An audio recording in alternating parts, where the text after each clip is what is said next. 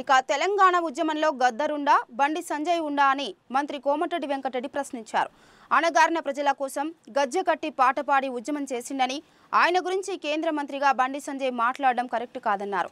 తెలంగాణ నుంచి 2 కేంద్ర మంత్రులు ఉండి కూడా రాష్ట్రానికి ఎటువంటి ప్రయోజనం లేదన్నారు మంత్రి కోమటిరెడ్డి వెంకటరెడ్డి.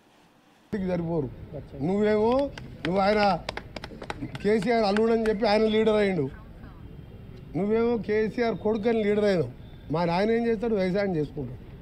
ఎట్లయినా నేను 5 సార్లు ఎమ్మెల్యేకి ఒకసారి ఎంపీగా, నువ్వు నీ ఎందుకు పార్లమెంట్ ఎన్నికల్లో నా కాన్ఫిడెన్స్ నేను 1 గంట కూడా ప్రచారం చేయలే. 60,000 మెజార్టీ వచ్చింది మా రఘువీర్ రెడ్డికి.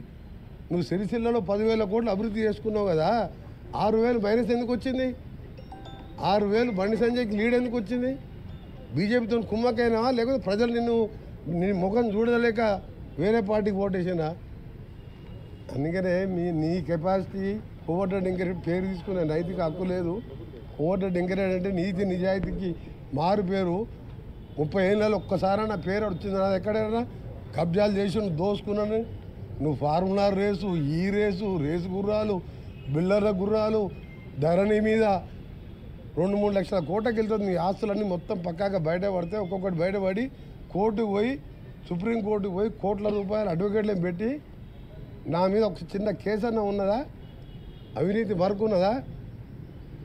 3 ఏళ్ళ పదవి వదిలిపెట్టుకున్నాన్ని మీ నాయనలాగా రాజీనామా చేయ, by election, collection, re election, by election.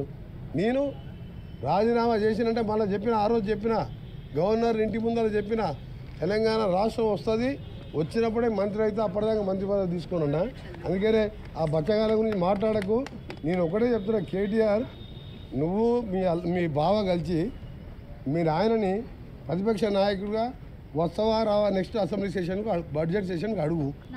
రాకుంటే నువ్వు హరీష్ రావు కొట్టుకుంటారో కత్తులు పెట్టుకొని కొడుచుకుంటారు, నాకు కావాలని.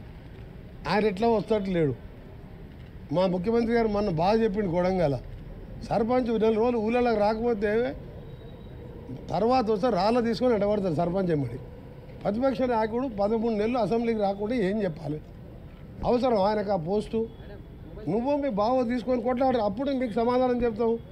నువ్వు ఎమ్మెల్యేవు, నువ్వు డిప్యూటీ లీడర్ కాదు, నీ కార్యవర్గం లేదు. బీఆర్ఎస్ ఎల్పీ కార్యవర్గం లేని కేటీఆర్ జూనియరు వాళ్ళ ఆయన పేరు చెప్పి ఎమ్మెల్యేను, ఆయనకు నేను సమాధానం చెప్పా. కేసీఆర్ బహిరంగ చర్చకు వచ్చి సొరంగ మార్గం ఎందుకు పూర్తి చేయలేదు ఆయన అడగను. గంధమల్ల టెండర్ పిలిచి ఆలేరు బాగుపడితే చూడలేక క్యాన్సల్ ఎందుకు చేసినావు? 50 టీఎంసీలో మల్లాండ సాగర్ 15,000 కట్టికి కమిషన్లు తిని ఎందుకు ఆలేరుకు భువనగిరికి నీళ్ళు ఇవ్వలేదు?